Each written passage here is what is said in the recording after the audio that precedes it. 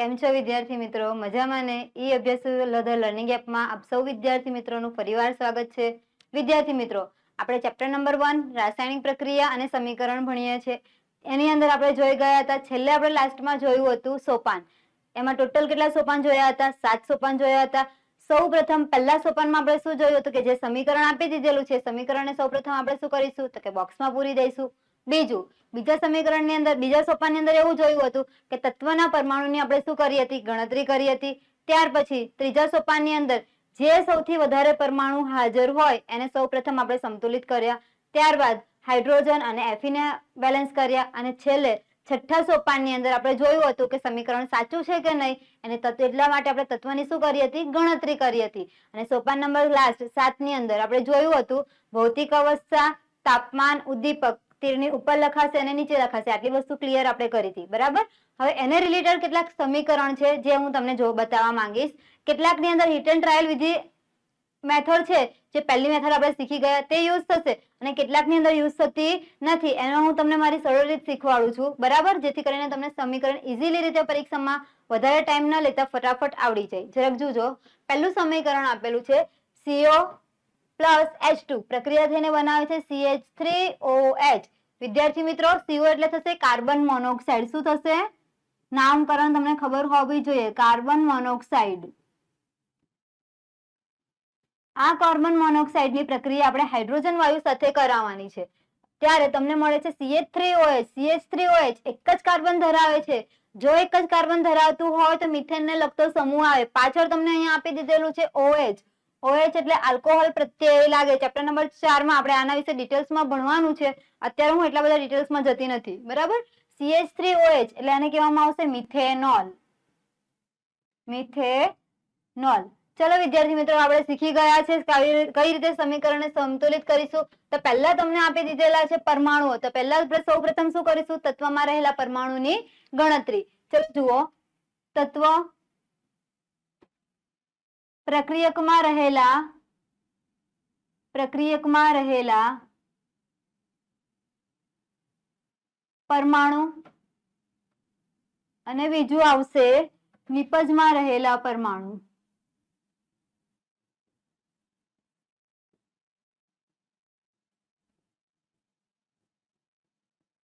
ચલો જુઓ, તત્વ તરીકે કેટલા તત્વ આપેલા છે આપણને? તો અહીંયા જોઈ શકો છો, એક કાર્બન, એક ઓક્સિજન અને બીજું હાઇડ્રોજન. ટોટલ કેટલા પરમાણુ છે આપણી પાસે? 3 પરમાણુ છે. કયા કયા? કાર્બન, ઓક્સિજન અને હાઇડ્રોજન. તો તત્વની અંદર લખી કાઢીએ, કાર્બન, ઓક્સિજન અને હાઇડ્રોજન. હવે પ્રક્રિયકમાં કેટલા પ્રેઝન્ટ છે તે તમારે લખવાના છે. તો પ્રક્રિયકની અંદર જોઈ શકો છો કાર્બન ફક્ત કેટલા છે? એક જ, એટલે કાર્બન લખાશે 1. ઓક્સિજન કેટલા છે? એ પણ 1 છે, એટલે ઓક્સિજન લખાશે 1. હાઇડ્રોજનની સંખ્યા જોઈ શકો છો, કેટલી આપેલી છે? 2, એટલે હાઇડ્રોજન લખાશે 2. ચલો અહીંયા સુધી ક્લિયર થાય છે. ત્યારબાદ નિપજમાં રહેલા પરમાણુની સંખ્યા. નિપજની અંદર જોઈ શકો છો કાર્બન કેટલા આપેલા છે? ફક્ત 1 જ. ઓક્સિજન કેટલા આપી દીધેલા છે? એ પણ 1 આપેલા છે આપણને. હાઇડ્રોજનની સંખ્યા ગણો, 3 ને 1 4. તો હાઇડ્રોજનની સંખ્યા કેટલી થશે અહીંયા? 4. હવે જોઈ શકો છો કે આ બંને વસ્તુ તો બેલેન્સ જ છે. બેલેન્સ આપણે ફક્ત કરવાનું કોને છે? તો કે હાઇડ્રોજન ને. હાઇડ્રોજનમાં નિપજની અંદર 4 પરમાણુ છે. પ્રક્રિયકમાં કેટલા પરમાણુ આપેલા છે આપણને? 2 પરમાણુ. તો હું ગુણ્યા કેટલા કરું કે અહીંયા 4 આવે? તમને ખબર છે કેટલા ગુણ્યા કરવા પડશે? ગુણ્યા 2. 2 દુ 4. એટલે હાઇડ્રોજનની આગળ મારે કેટલા લખવા પડશે? મેં ગુણ્યા કેટલા કર્યા? 2. એટલે હાઇડ્રોજનની આગળ લખાશે 2. બરાબર? 2 દુ 4. ચાલો ફરીથી એક વખત ગણતરી કરી લઈએ. Carbon 1, carbon 1, oxygen 1, oxygen 1, hydrogen 2 દુ 4 અને આ બાજુ પણ 4. તો તમે જોઈ શકો છો સમીકરણ શું થઈ જાય છે? સંતુલિત થઈ જાય છે. કાર્બન 1, કાર્બન 1, હાઇડ્રોજન 2 દુ 4, અહીંયા 3 ને 1 4, ઓક્સિજન આ બાજુ 1, નિપજમાં પણ 1. થઈ ગયું સમીકરણ બેલેન્સ. આ તો ઈઝી હતું. હવે આ સમીકરણ આપણે જરાક જોઈએ. જુઓ, જો આ સમીકરણને જોઈશું જરાક. C6H12O6 પ્રક્રિયા થઈને ઓક્સિજન કેટલા મળે છે? પ્લસ ઓક્સિજન વાયુ સાથે આપણે રાસાયણિક પ્રક્રિયા કરાવીશું. ગ્લુકોઝનો અણુ છે. શેનો અણુ છે આ? ગ્લુકોઝનો. ગ્લુકોઝનો અણુ આપણા શરીરની અંદર રહેલા ઓક્સિજન સાથે, દરેક કોષ પાસે ઓક્સિજન રહેલો જ હોય, તો દરેક કોષ પાસે જાય અને ગ્લુકોઝનો અણુ ઓક્સિજન સાથે પ્રક્રિયા કરાવશે અને નિપજમાં શું આપશે? તો કે કાર્બન ડાયોક્સાઇડ અને પાણીનો અણુ મુક્ત કરે છે. જુઓ, આપણે બંને બાજુ સમીકરણને બેલેન્સ કરવાના છે એટલે એના ઉપર ફોકસ કરીશું. જુઓ, પહેલા આપી દઈશું તત્વના નામ. પ્રક્રિયક અને નિપજ. તત્વ કયા છે? કાર્બન, હાઇડ્રોજન અને ઓક્સિજન. તો લખી દો કાર્બન, હાઇડ્રોજન અને ઓક્સિજન. ચાલો, કાર્બન ની સંખ્યા કેટલી આપી દીધેલી છે? 6. એટલે કાર્બન ની સંખ્યા લખાશે 6. હાઇડ્રોજન ની સંખ્યા ગણીએ. હાઇડ્રોજન ની સંખ્યા કેટલી આપી દીધેલી છે? 12. એટલે હાઇડ્રોજન ની સંખ્યા લખાશે 12. ઓક્સિજન કેટલા આપેલા છે? 6 અને બીજા 2. તમારે આને ડાયરેક્ટ 6 + 2 8 કરી દેવાના નથી. 2 અલગ અલગ ઓક્સિજન આપેલા છે એટલે તમારે આ રીતનું લખવાનું થશે 6 + 2. બરાબર છે? ચલો ત્યાર પછી કાર્બન ની સંખ્યા આ બાજુની નિપજમાં કેટલી આપેલી દીધેલી છે? 1. એટલે કાર્બન ની સંખ્યા નિપજમાં લખાશે 1. હાઇડ્રોજન ની સંખ્યા કેટલી આપી દીધેલી છે આપણને? 2. તો નિપજની અંદરથી હાઇડ્રોજન ની સંખ્યા આપણે લખીશું 2. હવે ઓક્સિજન ની સંખ્યા જુઓ, પહેલા 2 આપી છે, પછી 1 આપેલી છે. તો આમાં પણ એક સેમ વસ્તુ કરવાની છે. પહેલા 2 લખીશું, પછી 1. બંને સંખ્યા તમારે ભેગી કરી દેવાની નથી. બરાબર છે? આટલી સુધી ક્લિયર થાય છે? હવે કાર્બન 6 છે, આ બાજુ તો કાર્બન કેટલા છે? હવે તો આપણને ખબર છે કે આપણે સૌપ્રથમ શું કરીશું? તત્વની ગણતરી થઈ ગઈ. ત્રીજા નંબરનું સોપાન આપણને શું કીધું હતું? કે જે સૌથી વધારે પરમાણુ ધરાવતા હોય એને સૌપ્રથમ બેલેન્સ કરવા. તો તમે જોઈ શકો છો કયું તત્વ સૌથી વધારે પરમાણુ ધરાવે છે? અહીંયા જોઈ શકો છો કોણ સૌથી વધારે પરમાણુ ધરાવે? હાઇડ્રોજન. તો આપણે સૌપ્રથમ કોને બેલેન્સ કરીશું? હાઇડ્રોજન ને. ચલો 12 છે, આ બાજુ મારે 12 લાવવા હોય હાઇડ્રોજન ને તો કેટલા વડે ગુણાકાર કરવો પડે? 6 દુ 12. એટલે ગુણ્યા કેટલા કરીશું? 6. એટલે જેટલા પ્રક્રિયકમાં હતા એટલા નિપજમાં પરમાણુ મળી જાય. ચલો, કોને બેલેન્સ કરવા માટે આપણે કર્યું? નિપજની અંદર રહેલા હાઇડ્રોજનમાં કેટલા વડે ગુણીશું? 6 વડે ગુણીશું. તો મૂકી દો અહીંયા 6. તમને ખબર છે કે આની અંદર કોઈ પણ પ્રકારનો ફેરફાર થશે નહીં. જો આની અંદર કોઈ પણ પ્રકારનો ફેરફાર થાય તો આખું રાસાયણિક સૂત્ર બદલાઈ જાય અને જેની સાથે આપણે છેડખાની કરવાની નથી. ફક્ત આગળ જ મૂકીશું. બરાબર? 6 દુ 12 હાઇડ્રોજન. હવે તત્વ તો આખું જોઈન્ટ છે, H2O છે. તો 6 હાઇડ્રોજન ને મળે તો 6 ઓક્સિજન ને પણ મળે કે ના મળે? મળે ને. એટલે હવે તમે જોઈ શકો છો કે આની અંદર ગુણ્યા કેટલા થઈ ગયા? 6. એટલે 6 ને 2 જરાક જોજો. 6 એકુ 6. 6 + 2 કેટલા થાય? 8. આ પણ જુઓ 6 + 2 કેટલા થાય? 8. હાઇડ્રોજન અને ઓક્સિજન પરમાણુની સંખ્યા કેવી દેખાય છે? અહીંયા તો તમને સમતુલિત દેખાય છે. હવે મારી કોની આવી? તો કે કાર્બનની. કાર્બન પ્રક્રિયકમાં કેટલા છે? 6. નિપજમાં ફક્ત કેટલા છે? 1 જ. અહીંયા જુઓ કાર્બન પ્રક્રિયકમાં કેટલા છે? 6. નિપજમાં કેટલા છે? ફક્ત 1 જ. તો નિપજમાં મારે ગુણ્યા કેટલા કરું તો 6 આવે? ગુણ્યા 6 કરવા પડે ને. તો 6 એકુ 6. જુઓ કાર્બન 6. સમજ પડે છે? તો 6 કાર્બન 6 કાર્બન. હવે કાર્બન સાથે તમને ખબર છે કે 2 તત્વ જ્યારે ભેગા હોય તો આગળ તમે સહગુણક લખો તો અંદર રહેલા બંને તત્વને સહગુણક મળે. કાર્બનને તો 6 મળે જ છે, પરંતુ સાથે સાથે બીજા કોને મળે છે? ઓક્સિજનને પણ 6 મળે. 6 દુ 12. અહીંયા યાદ રાખજો સ્ટુડન્ટ્સ, અહીંયા જે નાની સંખ્યા આપી હોય એનો સહગુણક સાથે હંમેશા ગુણાકાર થશે. બરાબર? એટલે 6 દુ 12 શું થઈ ગયા? ઓક્સિજન થઈ ગયા. જો અહીંયા સંખ્યા વધી ગઈ. 6 દુ 12 ઓક્સિજન થયા. તો આ 2 ગુણ્યા આ તમારી પાસે હતું જ 6 + 2 ગુણ્યા કેટલા થયા? 6 થયા અહીંયા. તો ગુણ્યા કેટલા લખીશું? 6. 6 દુ 12 ને 6 કેટલા થશે? 18. તો ચાલો જુઓ આ બાજુ 18 થઈ ગયા. તો મારે પણ આ બાજુ ઓક્સિજનની સંખ્યા 18 જોશે કે નહીં જોઈએ? જોઈશે ને. જુઓ ફરી એક વખત રિપીટ કરાવું છું. ઓક્સિજન 6 દુ 12. બરાબર? 6 દુ 12 ઓક્સિજન ને આ બીજા 6. એટલે ટોટલ નિપજની અંદર, સોરી નિપજમાં આ વસ્તુ થાય છે, ટોટલ નિપજની અંદર થશે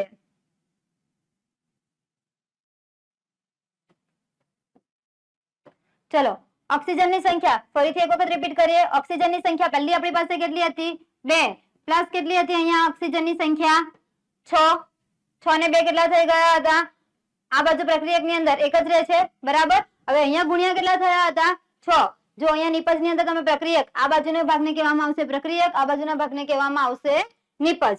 નિપજમાં પ્રક્રિયકમાં ઓક્સિજનની સંખ્યા કેટલી આપી દીધેલી છે? આપણને 2 આપી દીધેલી છે. તો અહીંયા થઈ જશે 2. કેટલી થઈ જશે? 2. સમજ પડે છે? આની અંદર ઓક્સિજનની સંખ્યા જુઓ કેટલી આપી દીધેલી છે? 6. તો આ સંખ્યા તમારી થઈ જશે 6. 6 ને 2 કેટલા થાય? 8 થશે. બરાબર? હવે અહીંયા આપણે સમીકરણ સમતુલિત કર્યું આટલે સુધી, કાર્બનની સંખ્યા સુધી. તો જુઓ નિપજમાં 6 દુ 12 ઓક્સિજન. તો 6 દુ 12 ઓક્સિજન પ્લસ બીજા 6 એની સાથે ગુણાય છે એટલે આ રહ્યા 6. 6 ને 12 કેટલા થશે? 18 થશે. નિપજની અંદર ઓક્સિજનની સંખ્યા કેટલી થઈ જાય છે? 18 થઈ જાય છે. કેટલી થઈ જાય છે? 18. હવે મારે 18 ક્યાં જોઈએ છે? ઓક્સિજનમાં પણ જોશે. તો જુઓ જરાક વિદ્યાર્થી મિત્રો, અહીંયા ઓક્સિજનની સાથે સાથે હાઇડ્રોજન પણ જોડાયેલો છે અને કાર્બન પણ જોડાયેલો છે. જો આ બંને સાથે હું અહીંયા ઓક્સિજન સાથે છેડખાની કરું તો આ બંને તત્વને પરમાણુ આપવા પડે. એટલે અહીંયા કોઈ પણ પ્રકારની આપણે છેડખાની કરવાની નથી. ફક્ત ક્યાં ઓક્સિજનની સંખ્યાને બેલેન્સ કરીશું? આ જગ્યાએ. આપણને એકલો આપી જ દીધો છે ઓક્સિજન, તો શા માટે અહીંયા ગૂંચવણ ઊભી કરવી? બરાબર. અને જો એકલો ઓક્સિજન આપી દીધેલો છે, મારે ટોટલ જોઈએ છે કેટલા? નિપજમાં 18 છે, એટલે પ્રક્રિયકમાં પણ કેટલા જોઈશે મારે? અહીંયા 18 જોઈશે. 6 આપેલા છે, આ રહ્યા 6 પ્લસ 2 ગુણ્યા હું કેટલા કરું તો મને 18 મળે. બરાબર. તો અહીંયા 2 તો છે જ, તો ગુણ્યા હું 6 દુ 12 થાય કે ના થાય? 6 દુ 12 ને બીજો 6 18 થઈ જાય. સમજ પડે? એટલે અહીંયા મારે કેટલા કરવા પડશે? 6. આ થઈ ગયું તમારું સમીકરણ બેલેન્સ. આ ઘણી બધી વખત પરીક્ષાની અંદર આ સમીકરણ પૂછાય છે. ઇઝીલી બેલેન્સ થઈ જાય છે. બરાબર. શું કર્યું? ફરી એક વખત રિપીટ કરી જઈએ. જુઓ, કાર્બન, હાઇડ્રોજન અને ઓક્સિજનના પરમાણુની ગણતરી કરી દઈશું. કાર્બન કેટલા છે પ્રક્રિયકમાં? 6. ઓક્સિજન કેટલા છે? 6. અને હાઇડ્રોજન કેટલા છે? 12. હવે ઓક્સિજન બીજા અહીંયા તમે જોઈ શકો છો, બીજા કેટલા આપી દીધેલા છે? 2. એટલે 6 ને 2 કેટલા થઈ ગયા? 8. ટોટલ ઓક્સિજન પ્રક્રિયકમાં કેટલા રહેલા છે? 8. એવી જ રીતે નિપજમાં કાર્બન અને ઓક્સિજન, કાર્બન ફક્ત કેટલો આપી દીધેલો છે આપણને નિપજમાં? અહીંયા જો 1. ઓક્સિજન કેટલા આપી દીધેલા છે? આ રહ્યા 2. અને હાઇડ્રોજન અહીંયા 2 આપી દીધેલા છે, તો હાઇડ્રોજન થઈ ગયા 2. ઓક્સિજનની સંખ્યા 2 પ્લસ 1 આવી રહી. ઓક્સિજનની સંખ્યા અહીંયા 2 પ્લસ 1. સમજ પડે છે? બરાબર. હવે આપણે શાંતિથી બેલેન્સ કરવાનું. પહેલા જોવાનું કે પરમાણુની સંખ્યા કઈ વધારે છે. તો તમે જોઈ શકો છો પરમાણુની સંખ્યા કોની વધારે છે? હાઇડ્રોજનની. સૌપ્રથમ કોને બેલેન્સ કરીશું? આપણે હાઇડ્રોજનને બેલેન્સ કરીશું. બરાબર. તો જુઓ, હાઇડ્રોજનને બેલેન્સ કરીએ. 2 ગુણ્યા 6 કરીએ, આગળ 2 લગાવીએ તો 12 મળવાના. તો આ રહ્યા 2 ગુણ્યા 6 કર્યા, 6 ગુણ્યા 2 કર્યા, તો આપણે 6 દુ 12 હાઇડ્રોજન બેલેન્સ થઈ ગયા. હવે હાઇડ્રોજનની જોડે જોડે ઓક્સિજન પણ જોડાયેલું છે, તો એકને બેલેન્સ કરો ને એકને ના બેલેન્સ કરો, ચાલે? ના ચાલે ને. એટલે આપણે ફરી પાછું કોને બેલેન્સ કરવાની જરૂર પડશે? ઓક્સિજનને. તો જોઈ શકો છો 6 ઓક્સિજન અને અહીંયાથી 6 દુ અહીંયાથી 2 જતા એટલે 2. 6 ને 2 કેટલા થઈ જશે? ટોટલ 8. આ 6 આપણે કાર્બનને બેલેન્સ કરવા માટે મૂકેલા છે. બરાબર છે. આ બાજુ 8 છે, તો આ બાજુ પણ તમારી પાસે ઓક્સિજનની સંખ્યા જોઈ શકો છો. અહીંયાથી 6, અહીંયાથી પ્લસ 2 એટલે 8 થઈ. હવે બંને બાજુ સરખી સંખ્યા આપણને દેખાય છે, એટલા માટે હવે બેલેન્સ કરવા માટે કોની પાસે જઈશું? કાર્બન પાસે. કાર્બન તમે જોઈ શકો છો, આ બાજુની સાઈડે કેટલા કાર્બન છે? 6. આ બાજુ ફક્ત એક જ હતો એટલે મેં આગળ કેટલા મૂકી દીધા? 6. સમજ પડે? હવે એ જો 6 કોને મળશે? તો કે ઓક્સિજનને પણ મળશે કે નહીં મળે? બરાબર. ઓક્સિજન પાસે પહેલા 2 જ હતા, તો ગુણ્યા કેટલા થશે? 6. 6 દુ 12, 12 પ્લસ બીજા રહ્યા 6. 12 ને 6 કેટલા થાય ટોટલ? 18. એટલે નિપજમાં મને કેટલા ઓક્સિજન છે? 18. હવે આની પાસે પ્રક્રિયકમાં તો ફક્ત 8 જ ઓક્સિજન છે, એટલે બેલેન્સ કરવા માટે હું શું કરીશ? આ તત્વને કોઈ પણ પ્રકારની આપણે છેડખાની કરવાની નથી. ફક્ત કોને બેલેન્સ કરીશું? આ બાજુના ફક્ત ઓક્સિજન જે એકલું છે એને આપણે બેલેન્સ કરીશું. ઓક્સિજનની સંખ્યા કેટલી હતી? 2 હતી. આ પાસે અહીંયા 6 છે. હવે મારે ઘટે છે કેટલા? તો 18 લાવવા માટે મારી પાસે કેટલા ઘટે છે? તો ગુણ્યા 12 ઘટે છે, તો હું ગુણ્યા કેટલા કરું? અહીંયા 2 6 દુ 12. 12 ને 6 કેટલા થઈ જાય? 18 થઈ જાય કે ના થઈ જાય? એટલે અહીંયા આગળ મૂકી દીધા 6. સમજ પડી? આસાનીથી બેલેન્સ થઈ જાય એવું જ છે. હવે જો, અત્યાર સુધી મેં તમને શીખવાડ્યું કે કઈ રીતે સમીકરણ બેલેન્સ થાય છે. હવે આની અંદર આ હીટ એન્ડ ટ્રાયલ વિધિને આપણે સંતુલિત કરવા જોઈએ તો હીટ એન્ડ ટ્રાયલ વિધિનો આની અંદર ઉપયોગ થતો નથી. કેમ? કે જુઓ, આ કયા પરમાણુઓ ધરાવે છે? બહુપરમાણુય આયન ધરાવે. કેવા આયન ધરાવે છે? બહુપરમાણુય આયન.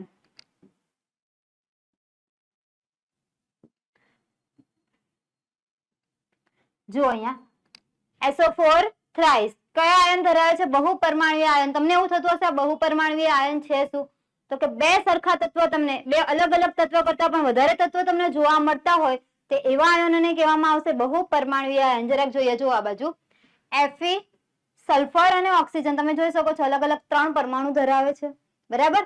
હવે અહીંયા SO4 આપી દીધેલો જ છે તમારી પાસે, પણ Fe ની સંયોજકતા કેટલી આવે છે? 3. SO4 ની સંયોજકતા કેટલી આવે છે? 2.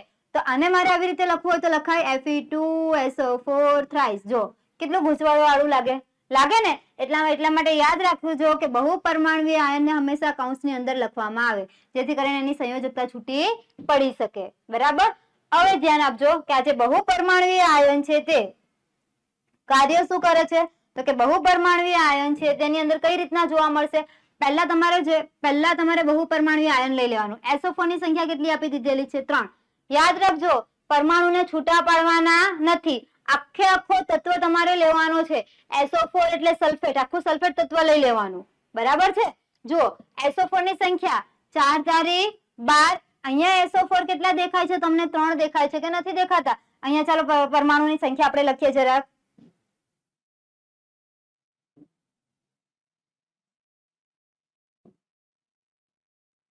જો પરમાણુની સંખ્યા લખીએ, તત્વ, પ્રક્રિયક અને નિપજ, આ રીતે છૂટા પડશે. તત્વ કયા આપી દીધેલા છે? એક Fe આપેલો છે. SO4 ને છૂટું પાડવાનું નથી, સલ્ફેટ કહેવાશે એને. SO4 તમારે જોડે જ રાખવાનું છે. SO4 બહુ પરમાણુય આયન. બીજું આપી દીધેલું છે NH4 અને પછી આપ્યું છે તમને OH. આ થઈ ગયા પ્રક્રિયકની વાત. અને નિપજમાં પણ સેમ જ વસ્તુ જોવા મળવાની છે. હવે Fe કેટલા છે? 2. SO4 કેટલા છે? 3. NH4 કેટલા છે? 1. અને OH કેટલા છે? એ પણ 1 છે. એટલે સુધી ખબર પડી. નિપજમાં જુઓ, Fe ની સંખ્યા કેટલી છે? ફક્ત 1 જ. SO4 ની સંખ્યા પણ તમે જોઈ શકો છો કેટલી આપી દીધેલી છે? 1 જ. NH4 ની સંખ્યા જોઈ શકો છો કેટલી આપી દીધેલી છે આપણને? 2. અને OH ની સંખ્યા અહીંયા જોઈ શકો છો કેટલી આપી દીધેલી છે? 3. આટલે સુધી ખબર પડે છે? બરાબર.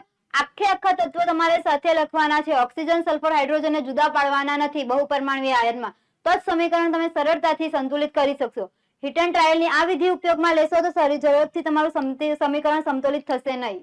જુઓ, હવે SO4 ની સંખ્યા કેટલી આપી દીધેલી છે? અહીંયા 3. આ બાજુ જુઓ, SO4 ફક્ત કેટલા છે? 1 જ છે. તો હું 1 ગુણ્યા આ બાજુ SO4 ફક્ત કેટલા આપી દીધેલા છે? 1 જ. તે 1 ગુણ્યા 3 થશે. એટલે અહીંયા મારે કેટલા મૂકવા પડશે આગળ? 3. પડે છે ખબર? હવે જુઓ, 3 SO4 ને મળે તો 3 NH4 ને પણ મળે કે ના મળે? મળે ને. એટલે આ થઈ ગયા 3 દુ 6. ચલો 6 NH4 થઈ ગયા. આ બાજુ તો NH4 ફક્ત કેટલા છે? 1 જ. તો 1 ગુણ્યા મારે કેટલા કરવા પડશે? 6. તો અહીંયા લખી દો 6. હવે 6 NH4 ને મળે તો OH ને પણ એ 6 મળવાના કે નહીં મળે? એટલે એ 6 કોને મળશે? OH ને પણ મળશે. હવે OH પાસે ઓલરેડી 3 તો છે જ, ઘટે છે કેટલા એની પાસે? બીજા 3. તો તમને ખબર છે 3 દુ 6. એટલે OH પાસે 2 ગુણ્યા કેટલા થશે? 3 ગુણ્યા કેટલા થશે? 2. એટલે અરે 3 તો છે, આગળ હું કેટલા મૂકી દઉં? 2. જુઓ 3 દુ 6. OH થઈ ગયા સંતુલિત. હવે Fe ની સંખ્યાને કાઉન્ટ કરીએ. Fe કેટલા છે અહીંયા? આ બાજુ 2. આ બાજુ Fe કેટલા છે? 2. ચલો Fe તો તમારી પાસે સંતુલિત થઈ ગયા. Fe ના આગળ 2 આવ્યા એટલે અહીંયા લખી દીધા આપણે 2. જોઈ શકો છો. જુઓ સમીકરણ આપણે એક વખત ચકાસી લઈએ. Fe 2, Fe 2, SO4 3, SO4 3, NH4, આ NH4 કેટલા છે? 6. આ બાજુ NH4 3 દુ 6, OH 6. આ બાજુ પણ 3 દુ 6 OH. જો સમીકરણ બેલેન્સ થઈ ગયું? થઈ ગયું ને. તો તમે જોઈ શકો છો ફટાક દઈને 1 મિનિટની અંદર સમીકરણ બેલેન્સ થઈ જાય છે. જો તમે આ રીતનો ઉપયોગ કરશો, હિટ એન્ડ ટ્રાયલ ની વિધિનો આ રીતનો ઉપયોગ કરશો તો તમારું સમીકરણ ઝડપથી બેલેન્સ થશે ને તમે ગૂંચવાઈ જશો પરીક્ષામાં. ટાઈમ તમારો વધારે જશે. એટલે બહુ પરમાણુય આયનને હંમેશા સાથે લઈને ચાલજો. બરાબર છે? ચલો ત્યાર પછી બીજું એક સમીકરણ તમને આપી દીધેલું છે PbCl3COO2. જો આની અંદર શું થશે? જુઓ આની અંદર શું થશે? તો એક વસ્તુ યાદ રાખજો કે આ જે CH3COOH છે, CH3COO એ હંમેશા માઇનસ વીજભાર ધરાવે. એની સાથે આ જે હાઇડ્રોજન જોડાયેલો હોય છે તેનું આયનીકરણ થાય. આ CH3COO માઇનસ અને H પ્લસ ધરાવે. આ થઈ ગયો તમારો એસિટિક એસિડ. કયો એસિડ થશે? Acetic acid. જુઓ PB ની સંયોજકતા આપણને ખબર છે, આગળ મેં તમને બેઝ વાળા ચેપ્ટરમાં ભણાવી જ દીધેલું છે કે PB ની સંયોજકતા કેટલી આવે? +2 આવશે. બરાબર. એટલે PB +2 ધરાવે ને CO3O માઇનસ ધરાવે એટલે PbCl CH3COO2 થશે અહીંયા આગળ. હવે આને આપણે સમીકરણને બેલેન્સ કરીએ. હું ડાયરેક્ટ કરાવું છું. જુઓ PB આ બાજુ 1 છે, PB આ બાજુ 1 છે. હવે જુઓ CH3COO ની સંખ્યા કેટલી છે? અહીંયા 2. આ બાજુ જુઓ આ આયનીકરણની પ્રક્રિયાથી જોડાયેલો છે એટલે ફક્ત આપણે CH3COO જ લેવાનો છે. બરાબર છે? CH3COO ની સંખ્યા કેટલી છે? આ બાજુ 2. આ બાજુ જોઈ શકે છે ફક્ત કેટલી આપી દીધેલી છે? 1 જ આપી છે. તો હું આગળ 2 લખું કે ના લખું? થઈ ગયા CH3COO 2. હવે આ 2 હાઇડ્રોજન ને મળે કે ના મળે? મળે ને. તો અહીંયા તમે જોઈ શકો છો હાઇડ્રોજન ફક્ત કેટલા છે? 1 જ છે. એટલે હાઇડ્રોજન ને પણ આપણે કેટલા આપી દઈએ અહીંયા 2. તો જુઓ 2 હાઇડ્રોજન 2 હાઇડ્રોજન, હવે 2 ક્લોરીન છે, આ બાજુ તો બેલેન્સ જ છે Cl2, 2 ક્લોરીન આપેલા છે આપણને, બરાબર. તો તમે જોઈ શકો છો સમીકરણ તમારું બેલેન્સ થઈ ગયું છે. Pb1 Pb1 CH3COO 2 CH3COO 2. હાઇડ્રોજનની સંખ્યા અહીંયા 2 આપી દીધેલી છે, હાઇડ્રોજનની સંખ્યા અહીંયા થઈ ગઈ 2. ક્લોરીન પણ 2 થઈ ગયા, આ બાજુ ક્લોરીન પણ 2 થઈ ગયા, સમીકરણ તમારું બેલેન્સ થઈ ગયું. વાર લાગી ના લાગી? આગળના સમીકરણમાં કેવી વાર લાગતી હતી બેલેન્સ કરવા માટે? અહીંયા તમે જોઈ શકો છો બહુપરમાણુ આયનો આપેલા હોય તો ફટાફટ સમીકરણ તમારું બેલેન્સ થશે, વાર લાગશે નહીં. ચલો ત્યાર પછીનું એક સમીકરણ હજુ એક તમને સમજાવી દઉં ઉદાહરણ આપીને. જુઓ FeCl3 NH4OH FeOH thrice અને NH4Cl, આ રીતનું તમારી પાસે સમીકરણ છે. હવે આની અંદર જુઓ FeCl3 આ બહુપરમાણીય આયન થશે. OH કેટલા આપી દીધેલા છે? ફક્ત એક જ. આ બાજુ OH ની સંખ્યા તમે જોઈ શકો છો, કેટલા આપી દીધેલા છે આપણને? 3 આપ્યા છે, બરાબર. હવે Cl ની આ બાજુ સંખ્યા તમે જોઈ શકો છો, કેટલી આપી દીધેલી છે? 3. આ બાજુ Cl ફક્ત કેટલા આપી દીધેલા છે આપણને? એક જ. તો હવે તમારે સમીકરણને શું કરવાનું છે? બેલેન્સ કરવાનું છે, કેમ કે સંખ્યા તમે જોઈ શકો છો જુદી જુદી છે. કઈ રીતે બેલેન્સ કરશો? તો ચલો શરૂઆત કરીએ આપણે. અહીંયા NH4 આપી દીધેલા છે અને OH આપી દીધેલા છે. NH4 ની સંખ્યા તમે જોઈ શકો છો, બંને બાજુ સેમ સેમ જ છે. OH ની સંખ્યા પણ આ બાજુ 1 છે, OH આ બાજુ કેટલી સંખ્યામાં જોવા મળે છે? 3 ની સંખ્યામાં જોવા મળે છે. એટલે OH આ બાજુ ફક્ત એક જ છે, તો મારે કેટલાની જરૂર પડી છે? 3 ની જરૂર પડશે. તો ગુણ્યા આગળ હું કેટલા કરીશ? 3. સમજ પડે છે? બરાબર. હવે NH4 3 છે, આ બાજુ NH4 ફક્ત કેટલા છે? એક જ છે, તો આપણે આગળ પણ હું કેટલા મૂકી દઈશ? 3. હવે જુઓ Cl ની સંખ્યા કેટલી થઈ ગઈ? 3. અહીંયા તો આપણી પાસે ઓલરેડી Cl ની સંખ્યા 3 છે જ, છે ને? તો જો સમીકરણ એક વખત ચકાસી લઈએ. Fe1 OH Cl 3, આ બાજુ પણ Cl કેટલા છે? 3. NH4 ની સંખ્યા કેટલી થઈ ગઈ? 3. આ બાજુ પણ NH4 ની સંખ્યા કેટલી થઈ ગઈ? 3. OH કેટલા છે? તો આ રહ્યા જો OH 3 દેખાય છે. તો આ બાજુ પણ જોઈ શકો છો OH 3. જો ફટાફટ દઈને સમીકરણ કેટલું સરસ મજાનું બેલેન્સ થાય છે ને? તો આ રીતથી તમે અપનાવશો તો આ રીતથી તમને અઘરું પડશે નહીં અને સમીકરણ ઝડપથી બેલેન્સ થશે, જેથી કરીને તમારા પરીક્ષામાં ટાઈમ ખૂબ જ ઓછો જશે. ચલો ત્યાર પછીનું જોઈએ આપણે. હવે શરૂઆત કરીએ ટોપિકનું. મેં તમને કીધેલું કે ભૌતિક અવસ્થા. શું કીધેલું? ભૌતિક અવસ્થા. ભૌતિક અવસ્થાની અંદર કેટલાક સ્ટુડન્ટ એવા હશે જેને ભૌતિક અવસ્થામાં ખબર નહીં પડતી હોય કે કયા ધાતુ છે, કઈ અધાતુ છે, એની ભૌતિક અવસ્થામાં તમને ખબર પડતી નહીં હોય. તો એના માટે તમને બતાવું. જુઓ કેટલાક તત્વો છે જેની ભૌતિક અવસ્થા તમને ખબર પડતી નથી. કોણ સોલિડ ધરાવે, કોણ ઘન અવસ્થા ધરાવે, કોણ લિક્વિડ અવસ્થા ધરાવે, કોણ એક્વિયસ અવસ્થા ધરાવે. તો એના માટેના કેટલાક અહીંયા મુદ્દા તારવીને રાખેલા છે. 6 મુદ્દા આપેલા છે તમને. શોર્ટકટ રીત છે. ચેપ્ટર નંબર 1 ની અંદર જે મોસ્ટ ઓફ જેટલા પણ તત્વો આવતા હશે બધાને અંદર આવરી લેવામાં આવ્યા છે, જેથી કરીને તમે આ 6 મુદ્દા મોડે કરશો તો તમને ભૌતિક અવસ્થા મૂકવામાં કોઈ જ કન્ફ્યુઝન થશે નહીં અને તમારા માર્ક્સ પણ નહીં કટ થાય. બરાબર છે? ચલો એક વખત જોઈ જઈએ. ધાતુઓ ઓરડાના તાપમાને 25°C તાપમાને 25°C તાપમાને કઈ અવસ્થામાં હોય છે? તો કે ઘન અવસ્થામાં હોય. યાદ રાખજો, ધાતુઓ ઓરડાના તાપમાને કઈ અવસ્થામાં હોય? હંમેશા ઘન અવસ્થામાં. એટલે જેટલી પણ ધાતુઓ આવતી હશે એને અહીંયા આવરી લેવામાં આવી છે, મોટાભાગની બધી જ. બરાબર. ધાતુઓ હંમેશા કઈ અવસ્થામાં આવશે? ઘન અવસ્થામાં. એક અપવાદ છે, જો અહીંયા આગળ તમને દેખાશે, મર્ક્યુરી Hg, જે કઈ અવસ્થામાં આવે? ઓરડાના તાપમાને લિક્વિડ અવસ્થામાં આવશે, પ્રવાહી અવસ્થામાં. બાકી બધી ધાતુઓ તમારે યાદ રાખવાની છે, ઘન અવસ્થામાં જ હોય. ઉદાહરણ તરીકે lithium, sodium, magnesium, aluminium, tin અને લેડ, આ બધી તમે જોઈ શકો છો કઈ અવસ્થા દેખાય છે? Solid S.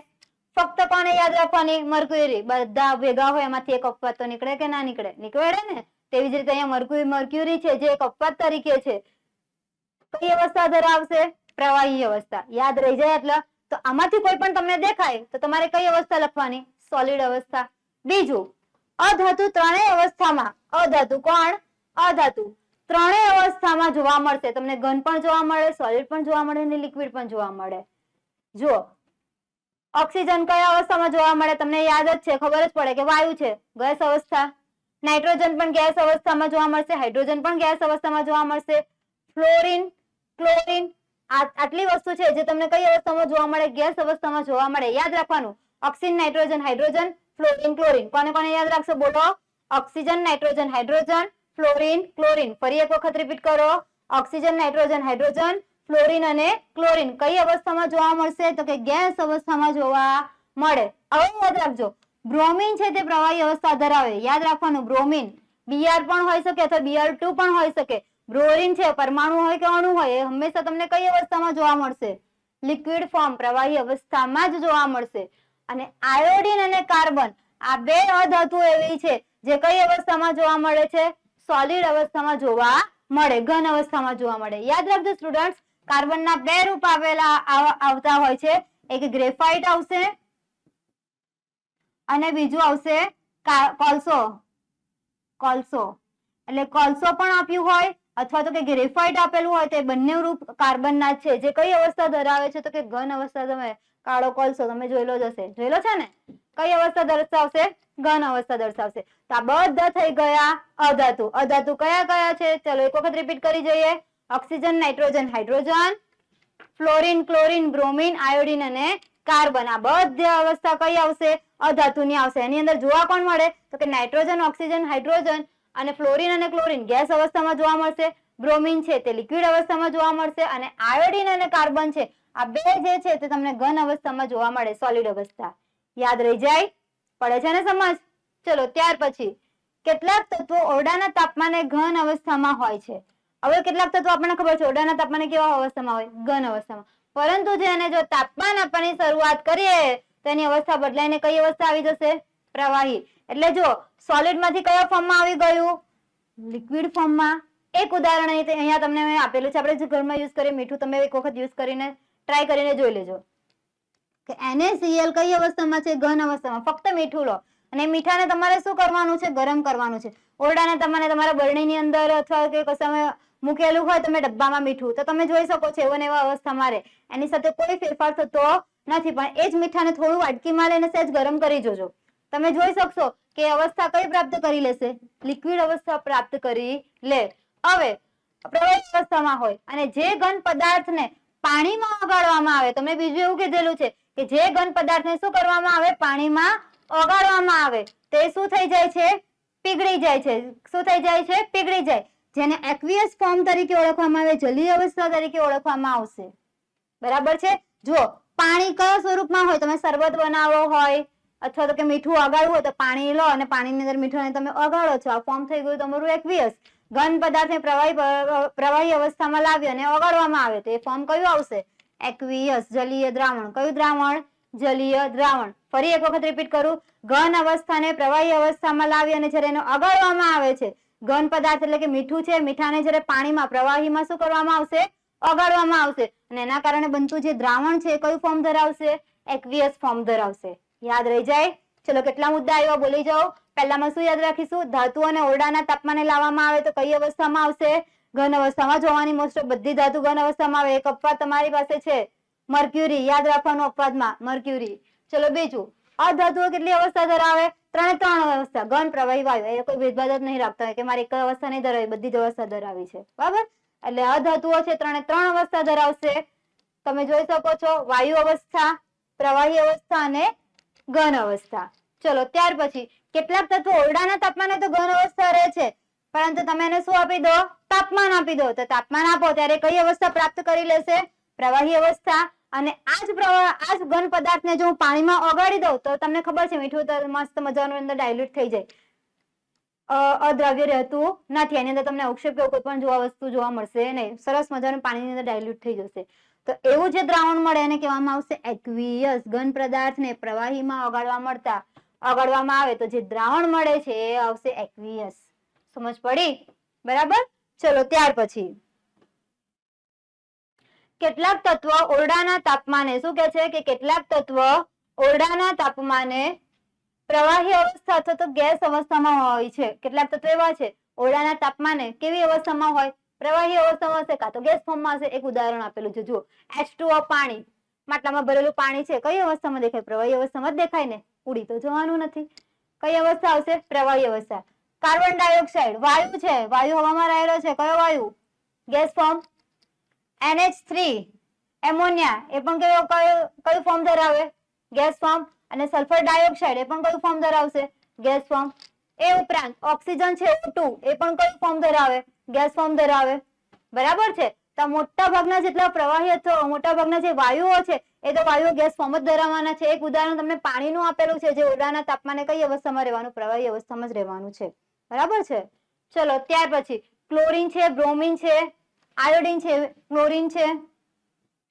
એ તમને ખબર હોય તો ક્લોરીન છે એ વાયુ અવસ્થા ધરાવશે, ગેસ ફોર્મ ધરાવશે ક્લોરીન. બરાબર છે. ચલો કેટલાક તત્વો પાણીમાં ઓગળતા નથી. શું થાય છે? કેટલાક તત્વો છે પાણીમાં ઓગળતા નથી પણ શું આપે છે? તો કે અવક્ષેપ આપે. શું આપે? અવક્ષેપ. હવે આ અવક્ષેપ શબ્દ છે શું? તો જુઓ કે આપણે દહીં તમે ઘરમાં યુઝ કરતા જશો. દહીંની અંદર કેવા દહીંના ફોદા જોવા મળે, વ્હાઈટ કલરના ટપકા ટપકા ટપકા દહીંના ફોદા જોવા મળે ને, થોડા થોડા ઘટ. એવા જ સેમ કોને જોવા મળશે? તમને અવક્ષેપમાં જોવા મળશે. કોઈ પદાર્થનો તમને અવક્ષેપ મળે તો કઈ રીતે ખબર પડે? તો દહીંના ફોદાની જેમ ઘટ્ટ પ્રવાહી થોડું ગાંગડા સ્વરૂપમાં બજી જાય, જે શું હોય છે? અવક્ષેપ હોય છે. જુઓ BaSO4, આ જે BaSO4 છે તે સફેદ રંગના અવક્ષેપ આપશે. કયા રંગના અવક્ષેપ આપશે? સફેદ રંગના.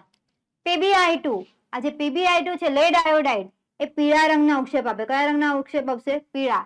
એવી જ રીતે CaCO3 કેલ્શિયમ કાર્બોનેટ અને AgCl સિલ્વર ક્લોરાઇડ, આ બંને પણ કયા રંગના અવક્ષેપ આપશે? સફેદ રંગના જ અવક્ષેપ તમને આપશે. પડે છે સમજ? બરાબર. એટલે આ પણ તમને વસ્તુ યાદ રહે, જે અંદર ટેક્સ્ટ બુકમાં આવી જ જાય છે. હવે કેટલાક એસિડ પાણીમાં પીગળી જાય છે, એટલે કે દ્રાવ્ય થઈ જાય છે. પાણીમાં શું થઈ જાય છે? પીગળી જાય છે. અને પછી જે દ્રાવણ બને એ દ્રાવણને આ જે દ્રાવણ બને એને એક્વિયસ ફોર્મ તરીકે ઓળખવામાં આવે. જલીય દ્રાવણ. કયું ફોર્મ કહેવામાં આવશે? જલીય દ્રાવણ. યાદ રાખજો, જ્યાં તમને એસિડ દેખાય ત્યાં એક્વિયસ ફોર્મ લખવાનું. બરાબર. આટલું તો યાદ રહે કે ના રહે?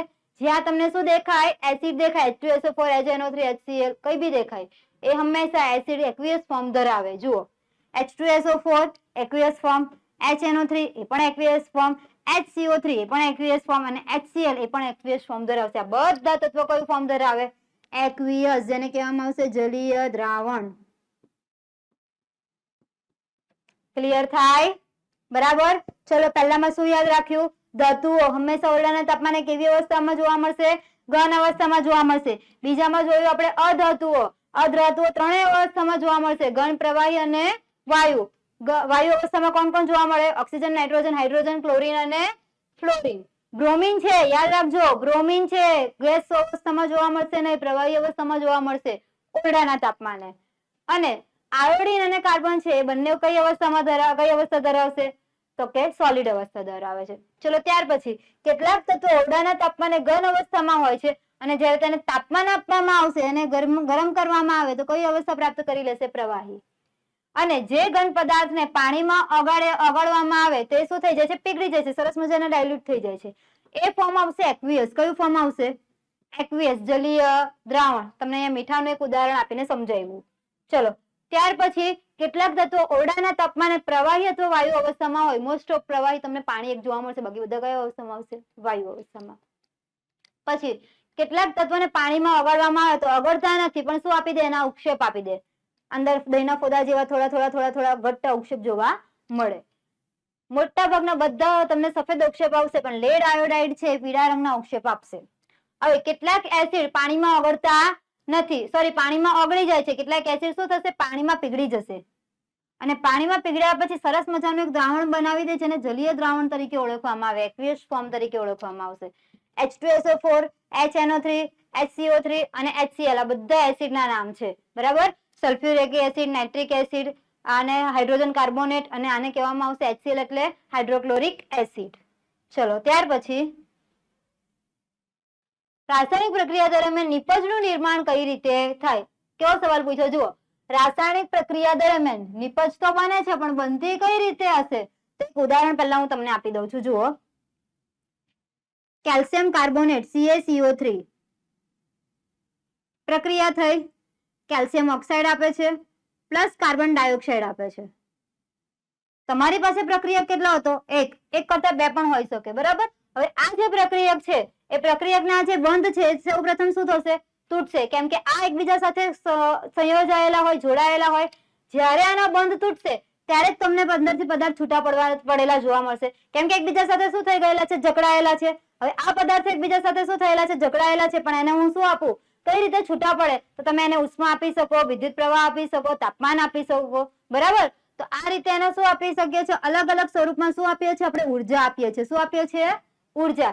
જ્યારે પદાર્થને બંધ તોડવા માટે શું આપવામાં આવશે, ઉર્જા આપવામાં આવે, ત્યારે પદાર્થના બંધ તૂટી અને નવી નિપજનું નિર્માણ થાય છે. તો જુઓ હવે આપણે ઉપર જોઈએ ડેફિનેશન. રાસાયણિક પ્રક્રિયા દરમિયાન પ્રક્રિયકમાં રહેલા, શેમાં રહેલા, પ્રક્રિયકમાં. આ રહી પ્રક્રિયક, આને કહેવાય પ્રક્રિયક, આપણે ભણી ગયા છે. પ્રક્રિયકમાં રહેલા પરમાણુઓના બંધ શું થાય છે, તૂટે છે. પરમાણુઓના બંધ શું થશે, તૂટે છે. ક્યારે તૂટશે, જ્યારે તમે એને જુદા જુદા સ્વરૂપે ઉર્જા આપો છો ત્યારે. તમે એને ગરમ કરો છો, અથવા તો એને વિદ્યુતના ઝટકા આપો છો, અથવા તો તમે એને શું કરો છો કે સૂર્યપ્રકાશમાં રાખો છો, તાપમાન આપો છો. એટલે જુદા જુદા સ્વરૂપે શું આપો છો, તમે એમને ઉર્જા આપો. જ્યારે ઉર્જા આપો છો ત્યારે પ્રક્રિયકના રહેલા બંધ તૂટે અને નવી નિપજનું નિર્માણ કરશે. એટલે જુદા જુદા પરમાણુઓ વચ્ચે નવા બંધ બનાશે અને નવા બંધ બનાવી અને નિપજનું નિર્માણ કરશે. સમજ પડે છે? તો ચાલો ફરી એક વખત રિપીટ કરીએ કે રાસાયણિક પ્રક્રિયા દરમિયાન નિપજનું નિર્માણ કઈ રીતે થાય છે. તો કે રાસાયણિક પ્રક્રિયા દરમિયાન પ્રક્રિયકમાં રહેલા બંધ શું થશે, તૂટશે. પ્રક્રિયકમાં રહેલા બંધ તૂટે અને નિપજમાં આ જે પ્રક્રિયકમાં રહેલા તત્વો છે એ જુદા જુદા અથવા તો કે નવા બંધ દ્વારા જોડાય છે. નવા બંધ દ્વારા શું થશે, જોડાશે અને શેનું નિર્માણ કરાવશે, નિપજનું નિર્માણ કરાવશે. આવડે, સમજ પડે ને? ચલો ત્યાર પછી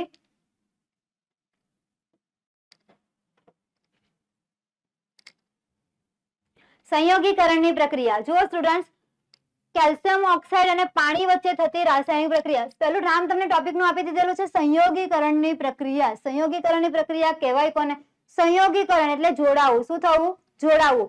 સંયોગીકરણનો મતલબ થાય કે એકબીજા સાથે જોડાયેલું રહેવું, બરાબર છે. તો જુઓ, કેલ્શિયમ ઓક્સાઇડ અને પાણી વચ્ચે થતી પ્રક્રિયા, હું તમને એક ઉદાહરણ ટૂંકમાં સમજાવી દઉં.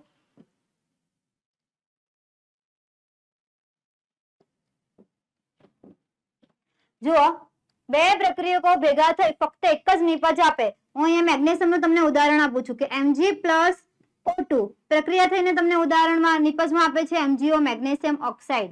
શું આપે છે, મેગ્નેશિયમ ઓક્સાઇડ. તો તમે અહીંયા જોઈ શકો છો, બે પ્રક્રિયકો ભેગા થાય. મેં તમને એવું કીધું કે સંયોજાવું, જોડાવું. પ્રક્રિયકો શું થઈ જાય છે, ભેગા થઈ જાય છે. ભેગા થઈને ફક્ત કેટલી નિપજ આપે છે, એક જ નિપજ આપે છે. જોઈ શકો છો. તો સંયોગીકરણની પ્રક્રિયાનો મતલબ એવો થાય કે જેટલા પ્રક્રિયકો રહેલા છે તે બધા ભેગા થઈ જશે અને ભેગા થઈને ફક્ત કેટલી નિપજ આપશે, એક જ. પ્રક્રિયકો શું થઈ જાય, ભેગા થાય. ભેગા થઈને ફક્ત કેટલી નિપજ આપે, એક જ નિપજ આપે. તો આવી પ્રક્રિયા થઈ ગઈ સંયોગીકરણની પ્રક્રિયા. કઈ પ્રક્રિયા થઈ ગઈ, સંયોગીકરણની પ્રક્રિયા. જુઓ, પ્રવૃત્તિ આપી દીધેલી છે. કેલ્શિયમ ઓક્સાઇડ, કેલ્શિયમ ઓક્સાઇડને લખાશે CaO. એની પ્રક્રિયા કોની સાથે કરાવવાની છે, પાણી સાથે, એટલે કે H2O. કરવાનું છે શું, સરસ મજાની પ્રવૃત્તિ આપી દીધેલી છે. યાદ રાખજો સ્ટુડન્ટ, આ જે પ્રવૃત્તિ આપી છે એમાંથી 1 માર્ક્સના સવાલ જવાબ જોડકા સૌથી વધારે પૂછવાની શક્યતા આની અંદરથી છે. જુઓ, CaO પ્લસ H2O. તમારે સૌપ્રથમ શું કરવાનું છે, એક બીકર લેવાનું.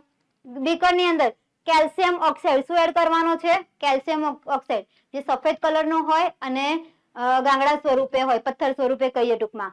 હવે એને આપણે લીધું, ત્યારબાદ એની અંદર શું એડ કરવાનું છે, પાણી. શું એડ કરીશું આપણે, પાણી. જ્યારે તમે કેલ્શિયમ ઓક્સાઇડની અંદર પાણી એડ કરો છો તો તમને જોવા મળશે કે ઉપર આવી રીતે પાણીના પરપોટા જોવા મળે, બરાબર. કેમ, કેમ કે એની અંદરથી પુષ્કળ પ્રમાણમાં ઉષ્મા ઉત્પન્ન થશે. શું થશે, પુષ્કળ પ્રમાણમાં ઉષ્મા ઉત્પન્ન થશે. જ્યારે તમે કેલ્શિયમ ઓક્સાઇડની અંદર પાણી એડ કરો છો ત્યારે એની બીકરને તમારે સ્પર્શ કરવાનો છે. દાહક નહીં લાગે, પરંતુ બંને વચ્ચે જ્યારે રાસાયણિક પ્રક્રિયા થવાની શરૂઆત થઈ જાય છે અને સંપૂર્ણપણે ઓગળી જાય છે ત્યારબાદ તમે બીકરને સ્પર્શ કરજો. બીકર તમને કેવો લાગશે, ગરમ લાગશે. કેમ, કેમ કે એની અંદરથી પુષ્કળ પ્રમાણમાં શું ઉત્પન્ન થાય છે, તો કે ઉષ્મા ઉત્પન્ન થાય, બરાબર છે.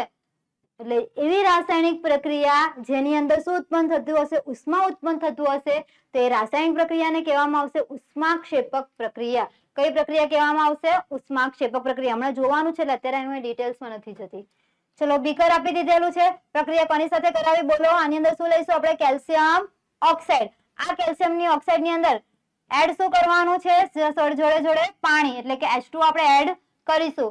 બંને વચ્ચે જ્યારે રાસાયણિક પ્રક્રિયા થઈ જશે એટલે તમને નિપજવા મળશે CaOH ટ્વાઇસ. આ જે પાણી છે તે કયા રંગનું બની જાય, દુધિયા રંગનું બની જશે. ચૂનાનું નીતર્યું પાણી કહેવામાં આવશે એને. હવે તમારે થોડાક શોર્ટ ફોર્મ યાદ રાખવાના છે, પરીક્ષા માટે આઈએમપી છે.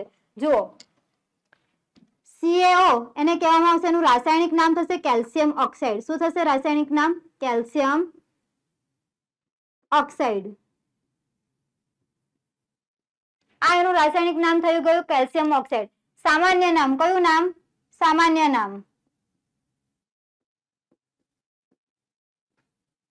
સામાન્ય નામ આપશે આનું ક્વિકલાઇમ. કયું કહેવામાં આવશે? ક્વિકલાઇમ. ક્વિકલાઇમ. બીજું એને કહેવામાં આવશે કડી ચૂનો.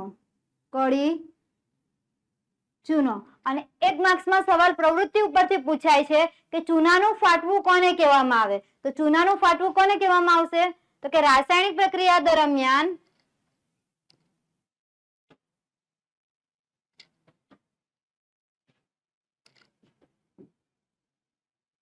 ચૂનાનું ફાટવું કોને કહેવામાં આવશે? તો કે ચૂનાનું ફાટવું એટલે કડી ચૂનાની પાણી સાથેની પ્રક્રિયા. પાણી સાથેની પ્રક્રિયા કોને કહેવાય? તો કે કડી ચૂનાની પાણી સાથેની પ્રક્રિયા, જેને શેના તરીકે ઓળખવામાં આવે છે? ચૂનાનું ફાટવું તરીકે ઓળખવામાં આવે છે. બરાબર છે? આ 1 માર્ક્સની અંદર પૂછાય છે. ઘણા બધાને ધ્યાનમાં આવે છે અને કેટલાકને એવું થાય કે બહારથી છે. બહારથી સવાલ નથી, ચોપડીમાં જ આપેલો જ છે. ચૂનાનું ફાટવું કોને કહેવાય? તો કે કડી ચૂનાની પાણી સાથેની પ્રક્રિયા, જેને ચૂનાનું ફાટવું તરીકે ઓળખવામાં આવે છે. સ્લેકિંગ ઓફ લાઇમ આને કહેવામાં આવશે સ્લેકિંગ ઓફ લાઇમ. ચલો ત્યાર પછી જુઓ, કડી ચૂનાની પાણી સાથેની પ્રક્રિયા કરાવી. આપણે શું કર્યું? તો સૌપ્રથમ એક બીકર લીધું, બીકરની અંદર કેલ્શિયમ ઓક્સાઇડ લીધો અને એની સાથે H2O એડ કર્યું. તો તમને મળે છે કેલ્શિયમ હાઇડ્રોક્સાઇડ. શું મળે છે? Calcium hydroxide. પ્લસ મેં તમને કીધું કે પુષ્કળ પ્રમાણમાં શું ઉત્પન્ન થાય છે? તો કે ઉષ્મા ઉત્પન્ન થાય. શું ઉત્પન્ન થાય? પુષ્કળ પ્રમાણમાં ઉષ્મા. જેવી રીતે આના રાસાયણિક ને સામાન્ય નામ છે, એવી જ રીતે આના પણ રાસાયણિક અને સામાન્ય નામ આવશે. પહેલું આપેલું છે કેલ્શિયમ હાઇડ્રોક્સાઇડ, જેનું રાસાયણિક નામ આવશે. કયું નામ આવશે? Calcium hydroxide.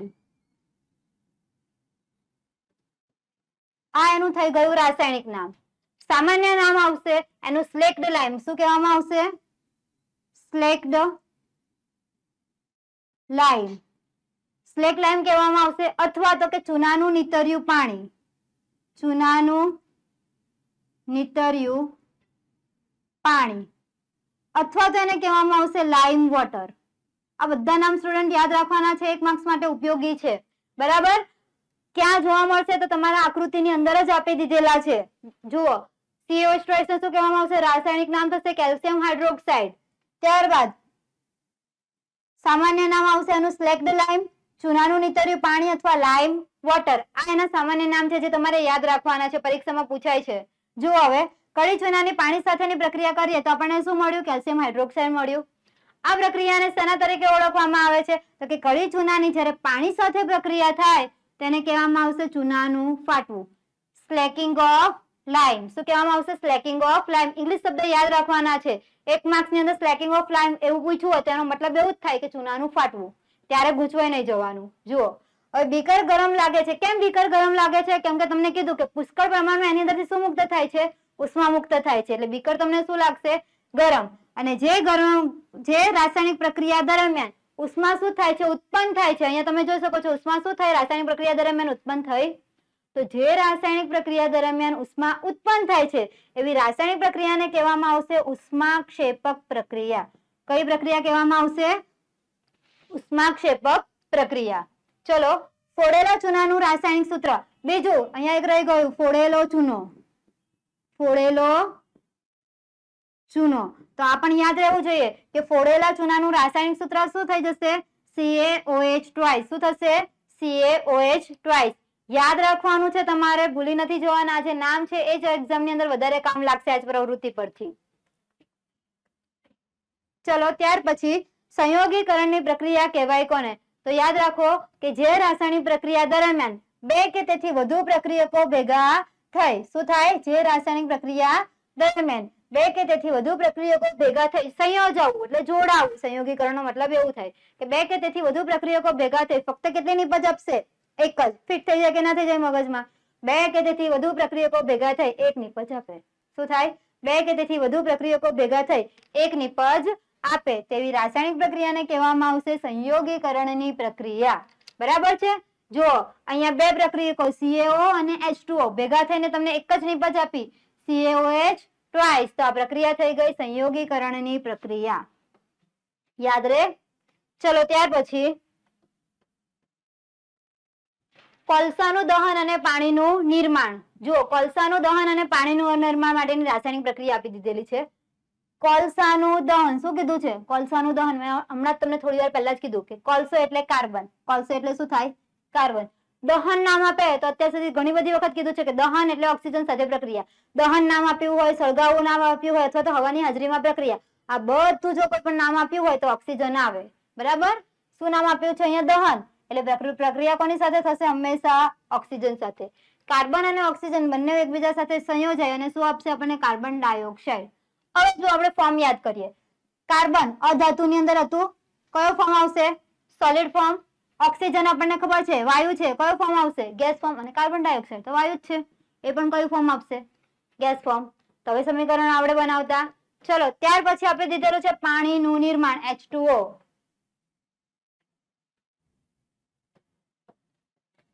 જો પાણીનું નિર્માણ H2O, H2 પ્લસ O2 પ્રક્રિયા થઈને શું બનાવે છે? H2O. હાઇડ્રોજન વાયુ છે એટલે ગેસ સ્વરૂપ આવશે. ઓક્સિજન પણ વાયુ છે એટલે એમાં પણ ગેસ સ્વરૂપ આવશે. બંને પ્રક્રિયા થઈને કયું ફોર્મ આપે છે આપણને? લિક્વિડ ફોર્મ આપે છે. હવે અહીંયા યાદ રાખજો કે હાઇડ્રોજન અને ઓક્સિજન બંને જોડાઈને શું બનાવે છે? પાણીનો અણુ બનાવે છે. આ બંનેના હું તમને રાસાયણિક ગુણધર્મ કહી દઉં. હાઇડ્રોજન વાયુ છે, એક તમારે શું લેવાની છે? સળગતી મીણબત્તી લો. હવે આ સળગતી મીણબત્તી ઉપરથી એક કસનળીમાંથી માની લો કે હાઇડ્રોજન વાયુ બહાર નીકળે છે, તો જ્યારે સળગતી મીણબત્તી ઉપરથી હાઇડ્રોજન વાયુ બહાર નીકળતો હશે તો આ મીણબત્તી છે ધડાકા સાથે સળગશે ખરી, ધૂમ દઈને ધડાકો થશે, પરંતુ તે તરત જ મીણબત્તીને શું કરી નાખશે? ઓલવી નાખવાનું કાર્ય કરશે. શું કરશે? મીણબત્તી સળગતી હતી અને ઓલવવાનું કાર્ય કરે. એટલે ધડાકા સાથે સળગતો વાયુ કયો વાયુ આવશે? હાઇડ્રોજન વાયુ. સળગાવવામાં મદદ કરતો નથી, ધડાકા સાથે સળગી અને પાછો આ મીણબત્તી ઓલવી નાખે છે. બરાબર? એટલે સળગવામાં મદદ કરતું નથી. હાઇડ્રોજન વાયુનો ગુણધર્મ ખબર પડ્યો? એવો જ સેમ ઓક્સિજનનો છે, થોડોક અંદર ડિફરન્ટ થાય છે. આ બંનેમાં ઘણા બધા કન્ફ્યુઝ થાય છે. હવે ઓક્સિજન વાયુ છે તો માની લો કે એક કસનળીમાંથી ઓક્સિજન વાયુ બહાર નીકળે છે, તો મેં એની પર શું મૂકી? સળગતી મીણબત્તી મૂકી. એ મીણબત્તીની જ્યોતને વધારે ધડાકા સાથે સળગાવશે. શું કરશે? તે મીણબત્તીની જ્યોત આટલી પ્રગટ થતી હશે તો વધારે જ્યોત તેને આપશે. એટલે આ જે મીણબત્તી છે એ વધારે શું થશે? સળગશે. એટલે સળગાવવામાં મદદ કરતો વાયુ કયો આવશે? ઓક્સિજન. એટલે માની લો કે કશી જગ્યાએ આગ લાગી હોય તો આગને વધારે લગાડવાનું કાર્ય કોણ કરે છે? આ ઓક્સિજન વાયુ કરે. શું કાર્ય કરશે? આગને વધારે પ્રમાણમાં લગાડવાનું કાર્ય કરે. એટલે હાઇડ્રોજન અને ઓક્સિજન બંને ભેગા થઈને શું બનાવશે? પાણીનો અણુ H2O લિક્વિડ ફોર્મ આવશે. બરાબર? જ્યારે તમને શરૂઆતમાં H2O મળે છે ત્યારે એનું ફોર્મ હંમેશા ગેસ ફોર્મ જ આવે, પરંતુ આ વરાળ ભેગી થઈને પછી લિક્વિડ ફોર્મ આવે. NCERT ની અંદર લિક્વિડ ફોર્મ આપેલું છે, પણ ખરેખર તો કયું ફોર્મ મળે છે આપણને? ગેસ ફોર્મ મળે, વરાળ સ્વરૂપમાં મળે. અને આ વરાળો જે ભેગી થાય ત્યારબાદ જ અહીંયા લિક્વિડ ફોર્મ મળે છે આપણને. સમજ પડે? અહીંયા સુધી સમજ પડી? પાક્કું ને? થેન્ક યુ વિદ્યાર્થી મિત્રો. જો કોઈ કન્ફ્યુઝન હોય તો કોમેન્ટ બોક્સમાં જણાવજો, અને તમને પહેલા પણ નંબર આપ્યો છે, નંબર ઉપર કોન્ટેક્ટ કરી શકો છો. બરાબર? Thank you.